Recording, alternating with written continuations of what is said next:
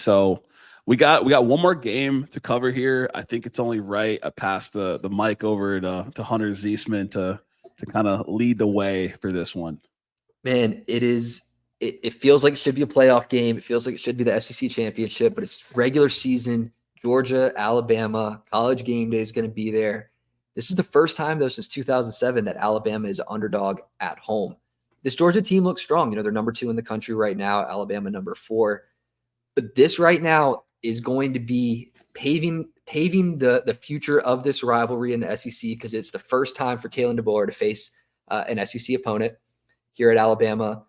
We'll see if Kirby Smart can continue to be himself and, put forth a nearly flawless Georgia team.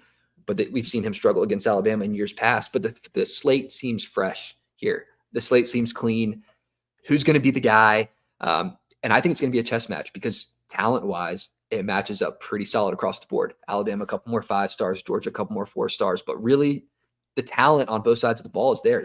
It's a chess match now. Yeah, it's really a chess match. And I think that the two, king pieces, or some say the queen pieces, are the most dominant in chess, but we'll go kings, are going to be Jalen Milroe and Carson Beck. They're pretty close in terms of passing yards, 680, I want to say, for Carson Beck, 615 or 618 for Jalen Milroe. And a lot of their stats are similar. So when you think about this quarterback matchup, what are some things that stand out to you, Hunter? The things that stand out to me right now is for Alabama, the difference between Jalen Milroe last year at the beginning of the season, through the progression of the middle to late last season to where he is now, is the offense has slowly developed around his strengths. And Jalen Milroe is developing a identity for this offense. And they're adding the designed runs. They're throwing the ball deep, which he's been exceptional at with receivers that can do it. We've seen Ryan Williams. If he can fix, he's fumbled a couple times this year. We saw that be an issue last year. But all in all, right now, he's pretty dynamic. And if you're looking at film in Georgia this week, you're wondering, how do we contain this guy? Because if we can contain this guy, that's it, because he is that game breaker.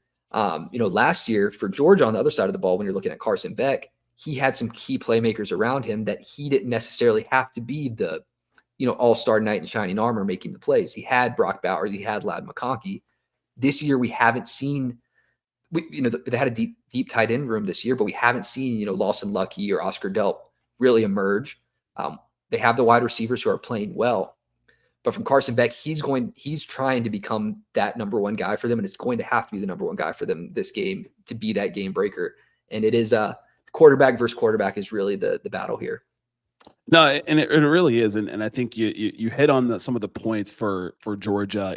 Everyone's talking about what they are missing out on because you're not seeing that production replaced this year. You look at where some of the receivers rank in the conference, and just looking at the receivers in this conference, this is hands down one of the best receiving conferences in the country.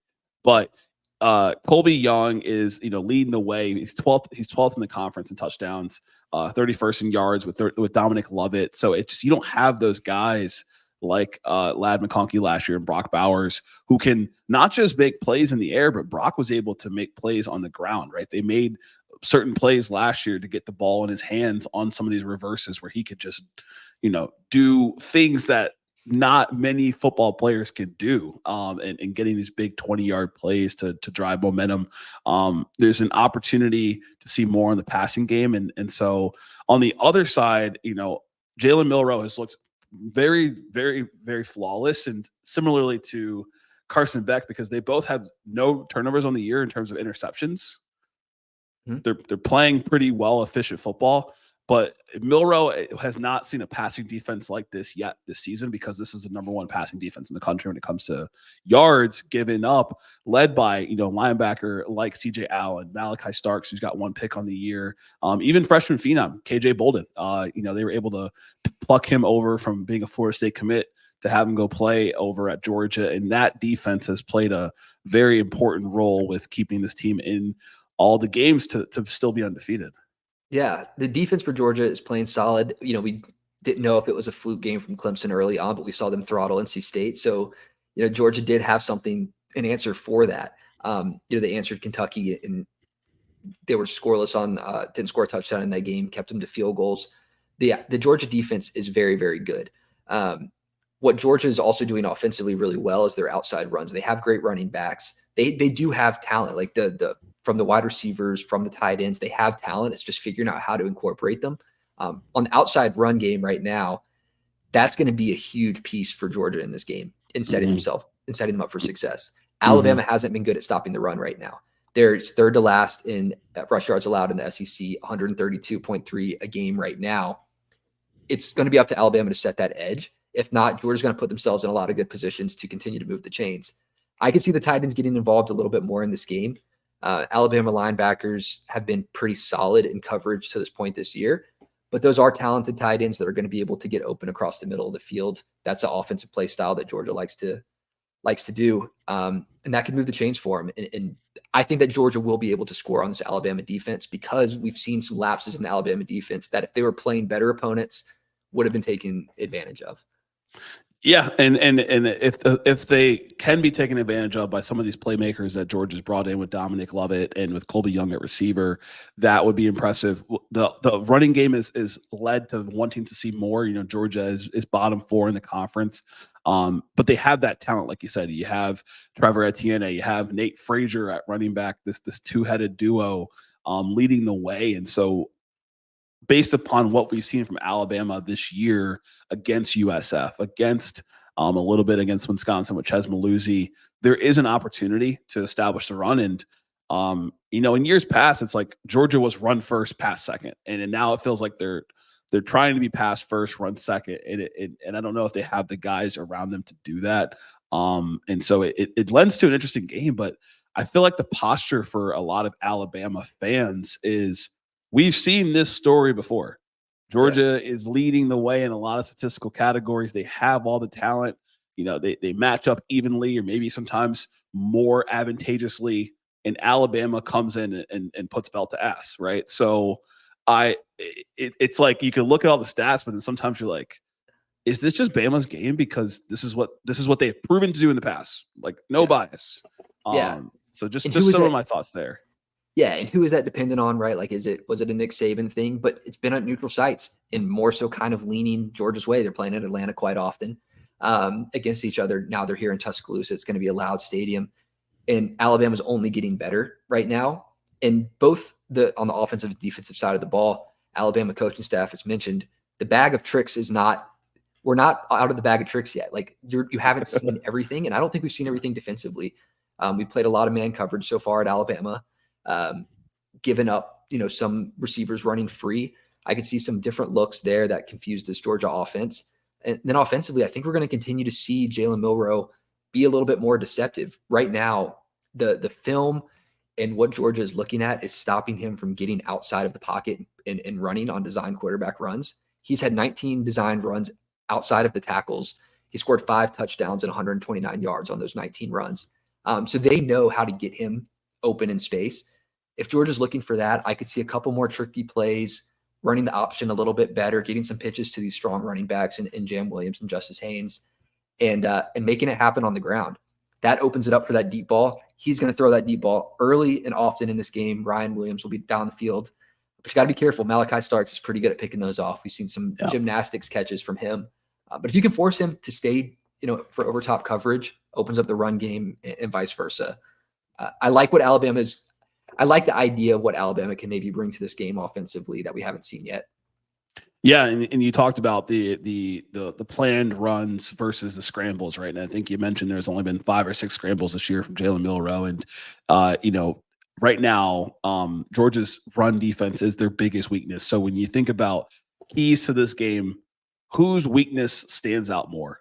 Georgia's run defense, Georgia's pass offense or offense in general, or Alabama's defense when it comes to stopping the run against this talented running back room. That's going to be the 3 keys to the game for me.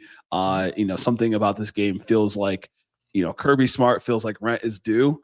I don't know what's worse, playing them coming off of a tough, close win or a dominant win with a bye week. But for some reason, I got to go with the Dogs in this one. So okay, yeah. I mean, the game is going to be interesting because it's too tough to call until we see it on the field because of who these teams have played so far. Alabama hasn't played they played Wisconsin, but they haven't really played. Wisconsin was at half strength, right? So for UGA, if they can stop the run and stop Milroe getting out of there, and put him in a position where he has to pass, he hasn't been effectively throwing the ball in that mid-range category. If they can stop him from running and forcing him to throw deep, it's not a recipe for continued success throughout the day. Offensively, they need to do it in the trenches, protect Carson Beck. We saw Kentucky get to him too often, and that threw him off of his rhythm. They were able to stop that run until late in the game. For Alabama, if they can find the rhythm offensively, get some of those run plays, throw the ball deep, get a couple more run plays, throw the ball deep, get a screen in there. It's too hard to stop because Milroe is very accurate. His legs, he's too explosive. Alabama being at home, I think, is the thing that turns this needle one way or another for me. I like Alabama winning 24-20. They are 2-point underdogs in this one in a low over under of 48.5. I hear that. Like I said, I think I like this game, 20-14. Okay. Georgia. I'm expecting Georgia's defense to hold strong from a passing perspective. I think I would say I'm more confident in Alabama's ability to come back from behind than Georgia's, however, just given what I've seen on the offensive side for Alabama. But something about this game, I think Kirby wants it. He wants to crown this as his conference. And so I have Georgia in this game 20-14. All right. We will see. I mean, this is the kind of game that if you're an Alabama fan, you live for these. If you're a recruit looking to go to Alabama, this is the game that you're trying to attend. I think there's going to be basketball players, recruits for Alabama here at this game. Get everybody in Tuscaloosa. It's going to be a packed house. The former POTUS is going. Yeah. It's going to be a packed house. And I don't know if it's going to be a bar game. I live in here in Georgia. That has nothing to do with my pick, but I live in Georgia. So I don't know if I want to go out to the bar or, be at home and hear the audio. I love kind of hearing the announcers and eating some good wings and some pizza and just taking it in. Like, this is what college football is about, these type of matchups when we get them during the regular season, and they play a role in the playoffs, but they don't eliminate a team necessarily, which is so exciting. No, it doesn't eliminate a team. And I mentioned it early on, like it almost it doesn't on paper, but it almost feels like it punches a ticket because whatever team wins this game, you've won such a big matchup. Yep. For Alabama, at least you're looking down the rest of the schedule stretch and you're seeing Tennessee, you're seeing Missouri, but you're feeling confident. Georgia has a pretty tough road ahead, but if they win this game, they're feeling pretty confident going down the stretch because you beat a team that has some really unique capabilities and you beat them on the road. So this is a huge game for the landscape of the SEC and shaking up that top spot where all the teams sit. Whoever wins this game's got to be number one.